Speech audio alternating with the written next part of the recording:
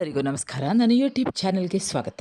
ವಿದ್ಯಾರ್ಥಿಗಳೇ, ಇಂದಿನ ವಿಡಿಯೋದಲ್ಲಿ ನಾನು ಸವಿತಾ ನಾಗಭೂಷಣ ಇವರು ಬರೆದಂತಹ ಜಾತ್ರೆಯಲ್ಲಿ ಶಿವ ಅನ್ನುವಂಥ ಈ ಕವನದ ಸಾರಾಂಶವನ್ನು ಹಾಕ್ತಾ ಇದ್ದೇನೆ ವಿದ್ಯಾರ್ಥಿಗಳೇ. ಈ ಕವನದಲ್ಲಿ ನಾವು ಲೌಕಿಕ ಶಿವ ಮತ್ತು ಪಾರಲೌಕಿಕ ಶಿವ ಅನ್ನುವಂಥದ್ದು ಎರಡರ ವ್ಯತ್ಯಾಸಗಳನ್ನು ಗಮನಿಸ್ಬೋದು. ಅಂದರೆ ಪಾರಲೌಕಿಕ ಶಿವನೂ ಕೂಡ ಹಾಗೆ, ಈಗಿನ ಲೌಕಿಕ ಶಿವನ ಹಾಗೆ ಅವನು ಕೂಡ ಒಬ್ಬ ಪಯಣಿಗ. ಅಂದರೆ ಈ ಜಗದ ಜಾತ್ರೆಯಲ್ಲಿ ಶಿವ ಪಾತ್ರಧಾರಿ ಕಂಡು ಬರ್ತಾನೆ ಕವಯಿತ್ರಿಗೆ. ಆದರೆ ಈ ಯಾವುದು ಪಾರಲೌಕಿಕ ಶಿವನೂ ಕೂಡ ಇದೇ ರೀತಿಯಲ್ಲಿ ಅವನು ವೇಷಧಾರಿಯೇ ಆಗಿದ್ದಾನೆ. ಈ ಜಗದ ಒಂದು ಜಾತ್ರೆಯಲ್ಲಿ ಕಂಡು ಬರುವ ಹಾಗೆ ಅವನು ಇದ್ದಾನೆ. ಇಲ್ಲಿ ಈ ಕವನವನ್ನು ನೋಡಿ ವಿದ್ಯಾರ್ಥಿಗಳೇ. ಮೊದಲ ಭಾಗದಲ್ಲಿ ಗಮನಿಸಿ, ನಿಮ್ಮ ಎದುರಿಗೆ ಈ ಕವನ ಇದೆ, ಹಾಗೆ ನಿಮ್ಮ ಪಠ್ಯಪುಸ್ತಕದಲ್ಲಿಯೂ ಕೂಡ ಕವನ ಇದೆ. ಈ ಕವನವನ್ನು ಸರಿಯಾಗಿ ಕೇಳಿಸ್ಕೊಂಡ್ರೆ ಆಯಿತು. ಇಲ್ಲಿ ಹೇಳ್ತಾರೆ, ಕವಯಿತ್ರಿ ಹೇಳ್ತಾರೆ, ಅದೇ ಆ ಶಿವನ ವೇಷಧಾರಿ ನಾನಿದ್ದ ಬಸ್ಸಿನಲ್ಲಿಯೇ ಇದ್ದ, ನನ್ನೊಂದಿಗೆ ಬಸ್ಸಿನಿಂದ ಇಳಿತ. ಅಂದರೆ ಬಸ್ ಅನ್ನುವಂಥದ್ದು ಒಂದು ಈ ಲೋಕದಲ್ಲಿ ಶಿವನು ಇದ್ದಾನೆ. ಈಗ ಕವಯಿತ್ರಿ ಕಾಣುವಂಥದ್ದು ವೇಷಧಾರಿ.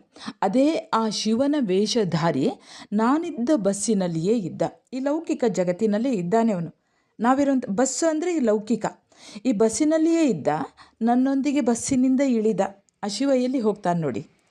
ತೇಗದ ಮರದ ಹಾಗೆ ಉದ್ದಕ್ಕೆ ಸಪೂರ, ಮೋಡದ ಮೈಬಣ್ಣ ಮಿಂಚಿನ ನಗು, ಮುಡಿಗೆ ತಗಡಿನ ಚಂದ್ರನನ್ನು ಮುಡಿದಿದ್ದ, ತೋಳಿಗೆ ಕಣಗಿಲೆಯ ಹೂವು, ಕೊರಳಲ್ಲಿ ಪ್ಲಾಸ್ಟಿಕ್ ಹಾವು, ಹುಲಿ ಚರ್ಮದ ಚಿತ್ರವಿರುವ ಮಾಸಿದ ಹಳದಿ ಬಣ್ಣದ ಅರ್ಧ ಲುಂಗಿ, ಹವಾಯಿ ಚಪ್ಪಲಿ ಧರಿಸಿದ್ದ. ಶಿವ ಒಂದು ಕಡೆಯಿಂದ ಇನ್ನೊಂದು ಕಡೆಗೆ ಹೋಗುವ ಹಾಗೆ ಹೇಗೆ ಹೋಗ್ತಿದ್ನೋ ಅದೇ ರೀತಿ ಆ ಶಿವನ ವೇಷಧಾರಿದಲ್ಲ, ಆ ಶಿವನ ಹಾಗೆ ವೇಷವನ್ನು ಧರಿಸಿಕೊಂಡಿದ್ದ. ಅದೇ ಆ ಶಿವನ ವೇಷಧಾರಿ ನಾನಿದ್ದ ಬಸ್ಸಿನಲ್ಲಿಯೇ ಇದ್ದ, ನನ್ನೊಂದಿಗೆ ಬಸ್ಸಿನಿಂದ ಇಳಿದ. ತೇಗದ ಮರದ ಹಾಗೆ ಉದ್ದಕ್ಕೆ ಇದ್ದ. ತೇಗದ ಮರವನ್ನು ನೀವು ಗಮನಿಸಿರ್ಬೋದು, ಉದ್ದಕ್ಕೆ ಸಪೂರ. ಶಿವನ ಪಾತ್ರಧಾರಿಯನ್ನು ಅಥವಾ ಶಿವ ದೇವರನ್ನು ನೀವು ನೋಡಿರ್ಬೋದು, ಸ್ವಲ್ಪ ಸಪೂರವೇ. ತೇಗದ ಮರದ ಹಾಗೆ ಉದ್ದಕ್ಕೆ ಸಪೂರ, ಮೋಡದ ಮೈಬಣ್ಣ, ಮೋಡ ಹೇಗಿದೆ ಅಂತ ನಿಮ್ಗೆ ಗೊತ್ತಿದೆ. ಆ ಮೋಡದ ಮೈಬಣ್ಣ ಇದೆ. ಮಿಂಚಿನ ನಗು, ಮಿಂಚಿನ ಹಾಗೆ ನಗು. ಮುಡಿಗೆ, ತನ್ನ ತಲೆಗೂದಲಿಗೆ ತಗಡಿನ ಚಂದ್ರನನ್ನು ಧರಿಸಿಕೊಂಡಿದ್ದ, ಮುಡಿದಿದ್ದ. ತೋಳಿಗೆ ಕಣಗಿಲೆಯ ಹೂವಿನ ಹಾರವನ್ನು ಹೀಗೆ ಸುತ್ತಿಕೊಂಡಿದ್ದ. ಕೊರಳಲ್ಲಿ ಪ್ಲಾಸ್ಟಿಕ್ ಹಾವು. ಅಲ್ಲಿ ನಿಜದ ಶಿವ ಪ್ಲಾಸ್ಟಿಕ್ ಹಾವಲ್ಲ, ನಿಜದ ಹಾವನ್ನೇ ಅವನು ಧರಿಸಿದ್ದ. ನೈಜ ಹಾವು ಅದು. ಅದೇ ಇಲ್ಲಿ ಇವನು ವೇಷಧಾರಿಯವನು ಪ್ಲಾಸ್ಟಿಕ್ ಹಾವು. ಹುಲಿ ಚರ್ಮದ ಚಿತ್ರವಿರುವಂಥ ಮಾಸಿದ ಹಳದಿ ಬಣ್ಣದ ಅರ್ಧ ಲುಂಗಿಯನ್ನು ಉಟ್ಟುಕೊಂಡಿದ್ದ. ಮಾತ್ರ ಅಲ್ಲಿ ನಮ್ಮ ಶಿವ ಹವಾಯಿ ಚಪ್ಪಲಲ್ಲ, ಪಾದರಕ್ಷೆ ಹಾಕಲಿಲ್ಲ. ಪಾದರಕ್ಷೆ ಇದ್ದರೂ ಕೂಡ ಅದು ಮರದ ಪಾದರಕ್ಷೆ. ಇಲ್ಲಿ ಹವಾಯಿ ಚಪ್ಪಲ್, ಆ ಸ್ಲಿಪ್ಪರನ್ನು ಹಾಕಿಕೊಂಡಿದ್ದ. ಈ ವೇಷಧಾರಿ ಶಿವನನ್ನು ಕಂಡಂತಹ ಕವಯಿತ್ರಿಯ ಮುಖದಲ್ಲಿ ಬೆರಗಿತ್ತು. ಆ ಬೆರಗಿಗೆ ಉತ್ತರ ನೀಡುವವನಂತೆ ಡಮರುಗವ ನುಡಿಸಿ, ತ್ರಿಶೂಲ ಆಡಿಸಿ, ಕಾಲ್ಗೆಜ್ಜೆ ಗಲಗಲ ಕುಣಿಸಿ, ನಾ ಶಿವ ಎಂದ. ನಾನು ಶಿವ ಅಂತ ಹೇಳ್ತಾನೆ. ಕವಯಿತ್ರಿ ಬೆರಗಿನ ಕಣ್ಣಿನಿಂದಲೇ ಆ ಶಿವನ ವೇಷಧಾರಿಯನ್ನು ನೋಡ್ತಾ ಇದ್ದಾರಂತೆ.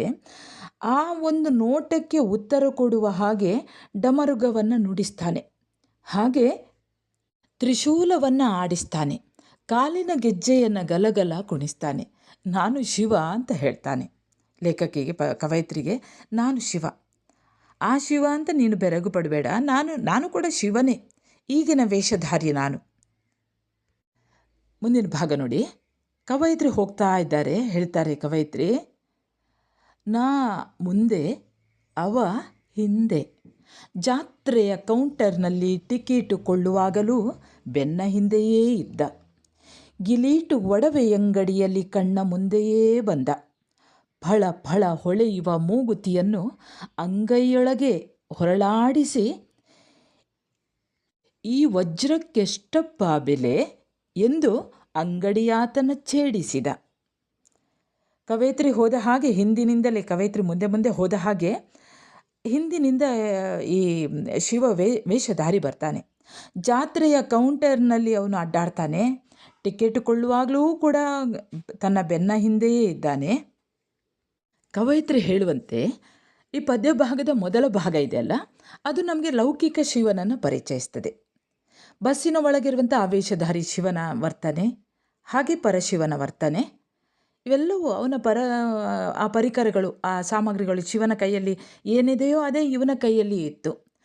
ತೇಗದ ಮರದ ಹಾಗೆ ಸಪೂರ ಇದ್ದಾನೆ, ಮೋಡದ ರೀತಿಯಲ್ಲಿ ಮೈಬಣ್ಣ ಇದೆ, ಮಿಂಚಿನ ನಗು ಇದೆ, ಮುಡಿದ ಚಂದ್ರ ಇದ್ದಾನೆ, ಕೊರಳಿನ ಹಾವು, ಹುಲಿಯ ಚರ್ಮ, ಹೀಗೆ ಎಲ್ಲವೂ ಕೂಡ, ಅದು ಕೂಡ ತೇಗದ ಮರದ ಹಾಗೆ. ತಗಡಿನ ಚಂದ್ರ ಬರ್ತಾನೆ, ಪ್ಲಾಸ್ಟಿಕ್ ಹಾವು ಇದೆ, ಮಾಸಿದ ಲುಂಗಿ ಇದೆ, ಹವಾಯಿ ಚಪ್ಪಲಿ, ಇವೆಲ್ಲವೂ ಕೂಡ ಅಂದರೆ ಈಗ ಈ ಶಿವನ ಪಾತ್ರಧಾರಿ ಯಾವ ರೀತಿ ಜೀವಿಸ್ತಾ ಇದ್ದಾನೆ ಅನ್ನುವಂಥದ್ದು. ಹವಾಯಿ ಚಪ್ಪಲಿ ಹೇಳ್ತಾರೆ ಅಲ್ಲಿ. ಅವನ ಒಂದು ಜೀವನ ಶೈಲಿಯನ್ನು ನಾವು ಇಲ್ಲಿ ಗಮನಿಸಬಹುದು. ಅದೇ ರೀತಿಯಲ್ಲಿ ಆ ಜಾತ್ರೆಯಲ್ಲಿ ಇಡೀ ಸುತ್ತು ಬರ್ತಾನೆ ಈ ಶಿವ. ಗಿಲೀಟು ಒಡವೆ ಅಂಗಡಿಗೆ ಹೋಗ್ತಾನೆ. ಕಣ್ಣ ಮುಂದೆಯೇ ಬಂದ ಫಳಫಳ ಹೊಳೆಯುವಂಥ ಮೂಗುತಿ ಆ ಅಂಗಡಿಯಲ್ಲಿ ಮಾರ್ತಾ ಇದ್ದಾರೆ. ಆ ಮೂಗುತಿಯನ್ನು ಕೈಯೊಳಗೆ ಹೀಗೆ ಹಾಗೆ ಹೊರಳಾಡಿಸ್ತಾನೆ. ಆ ವಜ್ರವನ್ನು ನೋಡ್ತಾನೆ, ವಜ್ರ ಅಲ್ಲ ಅಲ್ಲಿರುವಂಥ ಹರಳನ್ನು ನೋಡ್ತಾನೆ. ಅದರಲ್ಲಿ ಬೇಕಂತಲೇ ಅವನು ಛೇಡಿಸ್ತಾನೆ, ಈ ವಜ್ರಕ್ಕೆ ಎಷ್ಟಪ್ಪ ಬೆಲೆ ಅಂತ. ಅನಂತರ ಮುಂದುವರಿತಾನೆ ಅವನು. ಪುಗ್ಗೆಯಂಗಡಿಯಲ್ಲಿ ಒಂದೊಂದೂ ಪುಗ್ಗೆಯ ಮೇಲೂ ಮೃದುವಾಗಿ ಕೈಯಾಡಿಸಿ ಪರಪರ ಶಬ್ದಕ್ಕೆ ಕಿವಿಯಾನಿಸಿ ಬಾಗಿಲು ದಾಟುವುದರೊಳಗೆ ಟುಸ್ಸೆನ್ನುವುದೀ ಪುಗ್ಗೆ, ಜೊತೆಗೆ ಹಿಗ್ಗಿನ ಬುಗ್ಗೆ ಎಂದು ಅಲ್ಲೇ ಪದ ಕಟ್ಟಿ ಹಾಡಿ ಒಂದು ಪೀಪಿ ಒಂದು ವಾಚು ಪುಕ್ಕಟೆ ಪಡೆದ. ಈ ಶಿವವೇಷಧಾರಿ ಅಂಗಡಿಗೂ ಹೋಗ್ತಾನೆ. ಈ ಜಗದ ಜಾತ್ರೆಯಲ್ಲಿ ಲೌಕಿಕ ಪರಶಿವನೂ ಕೂಡ, ಅಂದರೆ ಪರಶಿವನಂತೆ ಆತನಂತೆ ಆತನು ಕೂಡ ಭಿಕ್ಷುಕನೇ, ಇವನು ಭಿಕ್ಷುಕನೇ. ಆತನಿಗೆ ಇರುವಂಥ ಒಂದು ಅಚ್ಚರಿ ಇರ್ಬೋದು, ಆಸೆ ಇರ್ಬೋದು, ಆಕಾಂಕ್ಷೆ ಇರ್ಬೋದು, ಅದನ್ನೆಲ್ಲ ನೋಡ್ಕೊಂಡು ಹೋಗ್ತಾನೆ ಅವನು. ಪ್ರತಿಯೊಂದು ಅಂಗಡಿಗೂ ಬರ್ತಾನೆ ಅವನು. ಅಂದರೆ ಒಂದು ಕಡೆಯಲ್ಲಿ ಅವನ ವೇಷ ಶಿವನದ್ದಾಗಿರ್ಬೋದು, ಪರಶಿವನಾಗಿದ್ದವನವನು ತನ್ನವರಿಗಾಗಿ ಬೇಡಲಿಕ್ಕೆ ಬಂದವನವನು. ಇಡೀ ಅವರಿಗೋಸ್ಕರ, ಅಂದರೆ ಇಲ್ಲಿ ಅವನು ಭಿಕ್ಷೆಗಾಗಿ ಬಂದದ್ದು. ಭಿಕ್ಷೆಗೆ ಹೀಗೆ ಹೋಗಿ ಭಿಕ್ಷೆ ಬೇಡಿದರೆ ಯಾರೂ ಕೊಡುವವರಿಲ್ಲ. ಶಿವನ ವೇಷವನ್ನು ಧರಿಸಿ ಭಿಕ್ಷೆಯನ್ನು ಬೇಡಿದರೆ ಭಿಕ್ಷೆಯನ್ನು ಕೂಡಲೇ ಕೊಟ್ಟು ಬಿಡ್ತಾನೆ. ಅದೇ ಇಲ್ಲಿ ಅವನು ತನ್ನವರಿಗಾಗಿ, ತನ್ನ ಒಂದು ಹೊಟ್ಟೆಗಾಗಿ ಹಾಗೂ ತನ್ನ ನಂಬಿಕೊಂಡವರಿಗಾಗಿ ಅವನು ಬೇಡ್ತಾ ಹೋಗ್ತಾನೆ. ಅವನು ಅದೇ ಶಿವ, ಪರಶಿವನೇ, ಪಾರಲೌಕಿಕದ ಶಿವನೇ ಇಲ್ಲಿ ಈ ಲೋಕದ ಶಿವನಾಗಿ ಇಡೀ ಜಾತ್ರೆಯ ಉದ್ದಗಲಕ್ಕೂ ಅವನು ಆವರಿಸ್ತಾ ಹೋಗ್ತಾನೆ. ಆ ಗಿಲೇಟು ಒಡವೆ ಅಂಗಡಿಗೂ ಹೋಗ್ತಾನೆ ಅವನು. ಅಲ್ಲಿ ಫಳಫಳ ಹೊಳೆಯುವಂಥ ವಜ್ರದ ಆ ಮೂಗುತಿಯನ್ನು ನೋಡ್ತಾನೆ. ಆ ಮೂಗುತಿಯನ್ನು, ಈ ವಜ್ರಕ್ಕೆ ಎಷ್ಟಪ್ಪ ಬೆಲೆ ಅಂತ ಕೇಳಿ ಅವನು ವ್ಯಾಪಾರಿಯನ್ನು ಛೇಡಿಸ್ತಾನೆ. ಅಷ್ಟು ಬಾಗಿಲು ದಾಟುವುದರ ಒಳಗೆ ಟುಸ್ ಎನ್ನುವಂಥ ಗಾಳಿ ತುಂಬಿದ ಬಲೂನ್, ಆ ಬಲೂನನ್ನು ಅವನು ಮುಟ್ಟಿ ನೋಡ್ತಾನೆ. ಅದರ ಪರಪರ ಶಬ್ದ ಮಾಡ್ತಾನೆ. ನಿಮ್ಗೆ ಕೇಳಿರ್ಬೋದು, ಆ ಬಲೂನನ್ನು ಹೀಗೆ ಮುಟ್ಟುವಾಗ ಒಂದು ರೀತಿಯ ಶಬ್ದ ಆಗ್ತದೆ. ಸಣ್ಣ ಮಕ್ಕಳು ಬಿಡಿ, ದೊಡ್ಡವರು ಕೂಡ ಈ ಬಲೂನನ್ನು ಹೀಗೆ ಮುಟ್ಟಿ ಅದರಲ್ಲೊಂದು ಶಬ್ದ ಬರ್ತದಾ ನೋಡ್ತಾರೆ. ಅದೇ ರೀತಿಯಲ್ಲಿ ಈ ಶಿವ ವೇಷಧಾರಿಯೂ ಕೂಡ ಆ ಪುಗ್ಗೆಯನ್ನು ಹೋಗಿ, ಆ ಬಲೂನನ್ನು ಹೋಗಿ ಮುಟ್ತಾನೆ. ಅವನು ಹೀಗೆ ಮುಟ್ಟಿ ಸ್ವಲ್ಪ ಹೊತ್ತಿಗೆ ಬಾಗಿಲು ದಾಟುವುದರೊಳಗೆ ಟುಸ್ ಎನ್ನುವಂಥ ಗಾಳಿ ತುಂಬಿದ ಬಲೂನು. ಅಂದರೆ ಟುಸ್ ಎನ್ನುವಂಥ ಗಾಳಿ ತುಂಬಿದ ಬಲೂನ್ ಅಂತ ಯಾಕೆ ಅವನು ಪದಕಟ್ಟಿ ಹಾಡ್ತಾನೆ. ಅವನು ಈ ಪದಕಟ್ಟಿ ಹಾಡುವಂಥದ್ದೇ ಯಾಕೆ ಅಂದರೆ ಈ ಜೀವನ ಅನ್ನುವಂಥದ್ದೇ ಒಂದು ಬಲೂನ್ನ ಹಾಗೆ, ನಶ್ವರ ಜೀವನ. ಎಷ್ಟು ಹೊತ್ತಿಗೆ ಒಳಗಿರುವಂತಹ ಗಾಳಿ ಎಷ್ಟೊತ್ತಿಗೆ ಹೊರಗೆ ಹೋಗ್ತದೆ ಅಂತ ಗೊತ್ತಾಗೋದಿಲ್ಲ. ಬಲೂನಿಗೆ ತುಂಬಿಸಿದಂತಹ ಗಾಳಿಯಿಂದಾಗಿ ಬಲೂನಿಗೆ ಬೆಲೆ, ಗಾಳಿ ಇಲ್ಲದಿದ್ದರೆ ಅದಕ್ಕೆ ಬೆಲೆ ಇಲ್ಲ. ಅದೇ ರೀತಿ ಜೀವನ ಅನ್ನುವಂಥದ್ದು ಕೂಡ ಹಾಗೆ. ಪ್ರತಿಯೊಬ್ಬ ಜೀವಿಗೂ ತನ್ನ ಒಳಗೆ ಇರುವಂತಹ ಉಸಿರು ಇರುವವರೆಗೆ ಬೆಲೆ, ಉಸಿರು ಹೋದ ನಂತರ ಇಲ್ಲ, ಅದು ಟುಸ್ ಎಂತದೆ. ಅದೇ ಹೇಳ್ತಾರೆ ಅಲ್ಲಿ, ಟುಸ್ ಎನ್ನುವ ಗಾಳಿ ತುಂಬಿದ ಬಲೂನು ಅನ್ನುವಂಥ ಒಂದು ಪದ ಕಟ್ಟಿ ಹಾಡ್ತಾನೆ ಅವನು. ಒಂದು ಪೀಪಿ ವಾಚನ್ನು ಪುಕ್ಕಟೆಯಾಗಿ ಪಡಿತಾನೆ, ಅಂದರೆ ಅವರ ಅಂಗಡಿಯವರು ಕೊಟ್ಟು ಬಿಡ್ತಾರೆ ಅನ್ನುವಂಥದ್ದು. ಇನ್ನು ಮುಂದೆ ಭಾಗ ಗಮನಿಸಿ. ಬಣ್ಣ ಬಣ್ಣದ ಪರಕಾರಗಳ ತೆಗೆಸಿ ಪೂರ ಅಂಗಡಿಯನ್ನೇ ಎಳೆದಾಡಿಸಿ ಚೌಕಾಸಿ ಬೆಲೆಯಲ್ಲೇ 1 ಗಜ ರವಿಕೆಯ ಬಟ್ಟೆ ಕೊಂಡ. ಬಣ್ಣ ಬಣ್ಣದ ಪರಿಕಾರಗಳನ್ನು ತೆಗೆಸಿ ಚೌಕಾಸಿ ಮಾಡ್ತಾನೆ ಇಲ್ಲಿ. ಅಂದರೆ ಬೆಲೆ ಹೆಚ್ಚಾಯಿತು ಅನ್ನುವ ರೀತಿಯಲ್ಲಿ ಕಡಿಮೆ ಬೆಲೆಗೆ ಕೊಡಬೇಕು ಅನ್ನುವ ರೀತಿಯಲ್ಲಿ ಅವನು ವಾದ ಮಾಡ್ತಾನೆ ಅಂಗಡಿಗೆ ಹೋಗಿ. ಅಂತೂ ಅವನು ಇಡೀ ಅಂಗಡಿಯನ್ನು ಎಳೆದಾಡಿಸ್ತಾನೆ. ಅದು ಬೇಕು, ಅದು ಸರಿ ಇಲ್ಲ, ಇದು ಕೊಡಿ, ಇದು ಕೊಡಿ, ಅದು ಕೊಡಿ ಅಂತೆಲ್ಲ ಇಡೀ ಅಂಗಡಿಯನ್ನೇ ಎಳೆದಾಡಿಸಿ ಅವನು ಚೌಕಾಸಿ ಮಾಡ್ತಾನೆ. ಕೊನೆಗೆ ಅವನು ಏನು ಮಾಡ್ತಾನೆ, 1 ಗಜ ರವಿಕೆಯ ಬಟ್ಟೆ ಕೊಂಡುಕೊಂಡ.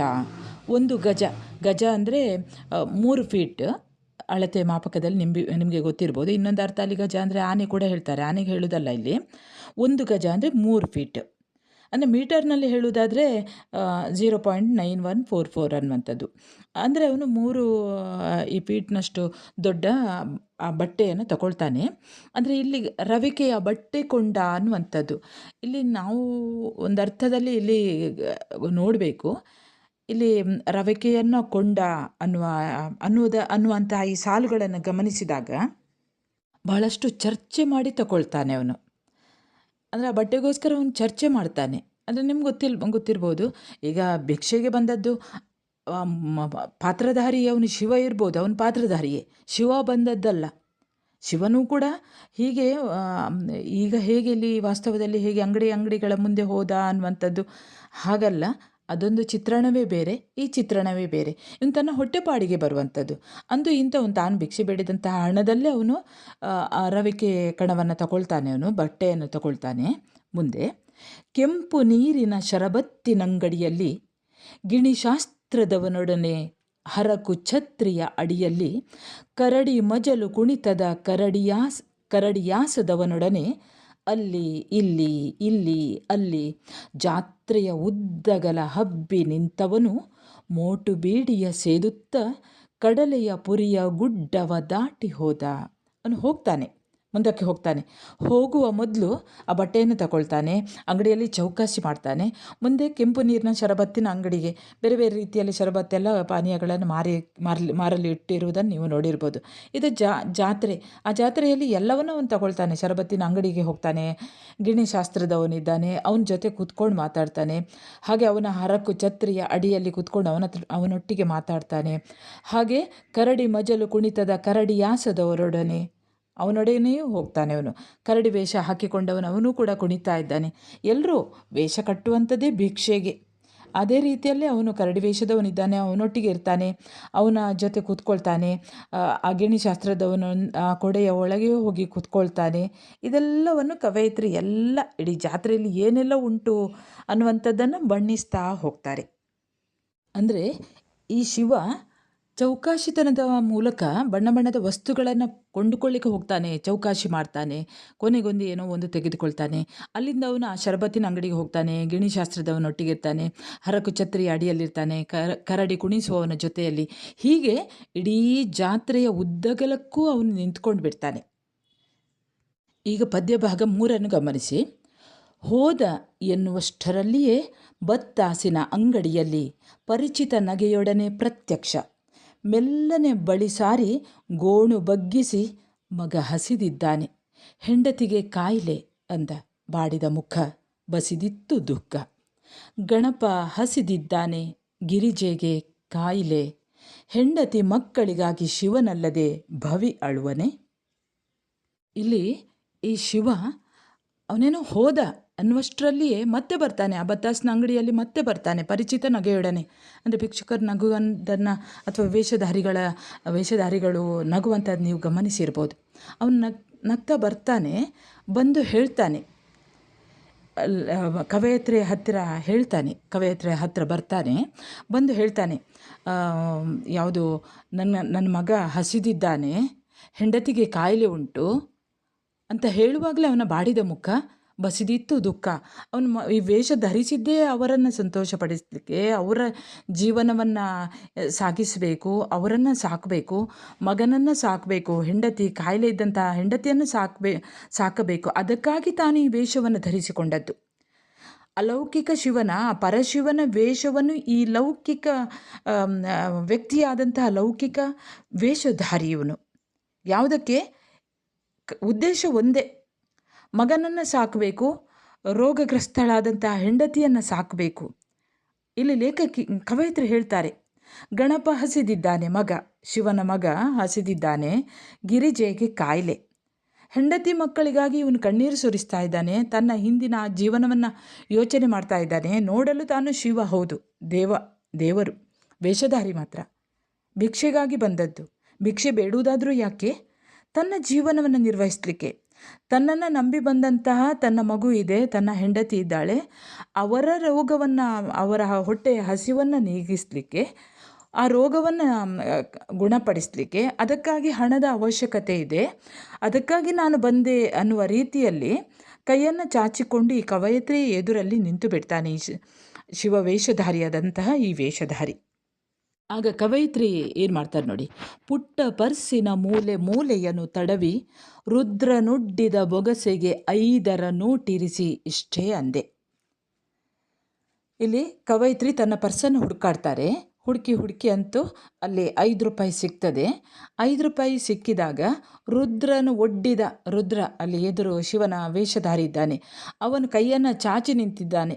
ವೇಷಧಾರಿಯೇ ಶಿವನೇ ಕೊಡುವವನು.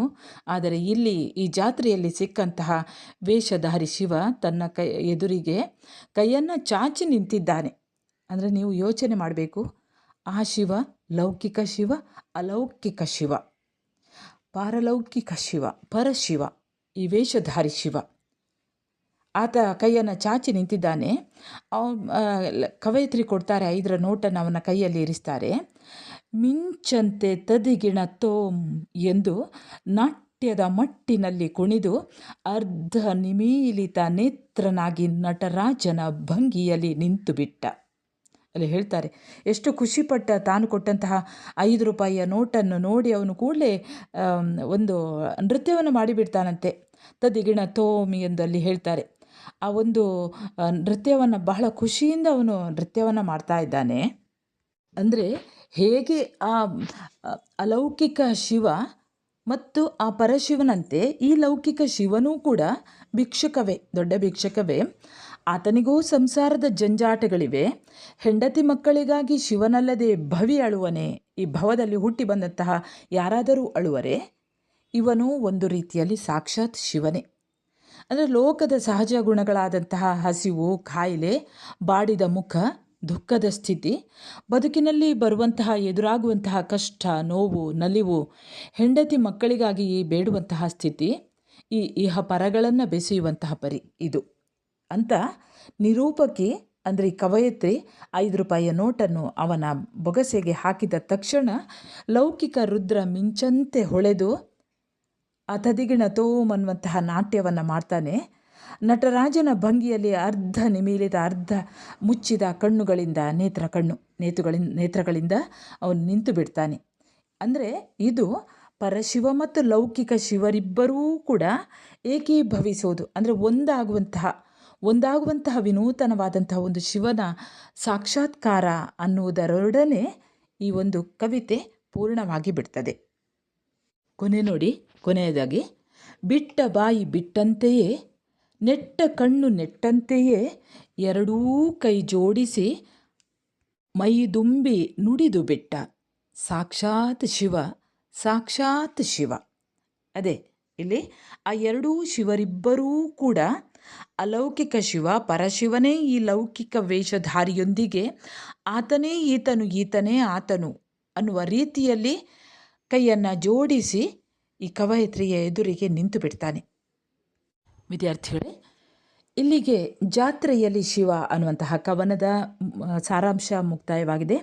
ವಿದ್ಯಾರ್ಥಿಗಳೇ, ನೀವು ನನ್ನ ಚಾನೆಲ್ಗೆ ಹೊಸಬರಾಗಿದ್ದಲ್ಲಿ ಮೊದಲು ಸಬ್ಸ್ಕ್ರೈಬ್ ಮಾಡುವುದನ್ನು ಮರೆಯದಿರಿ. ಮುಂದೆ ಇನ್ನೊಂದು ಹೊಸ ಪಾಠದೊಂದಿಗೆ ಮತ್ತೆ ಬರುತ್ತೇನೆ. ಅಲ್ಲಿಯವರೆಗೆ ನಮಸ್ಕಾರ.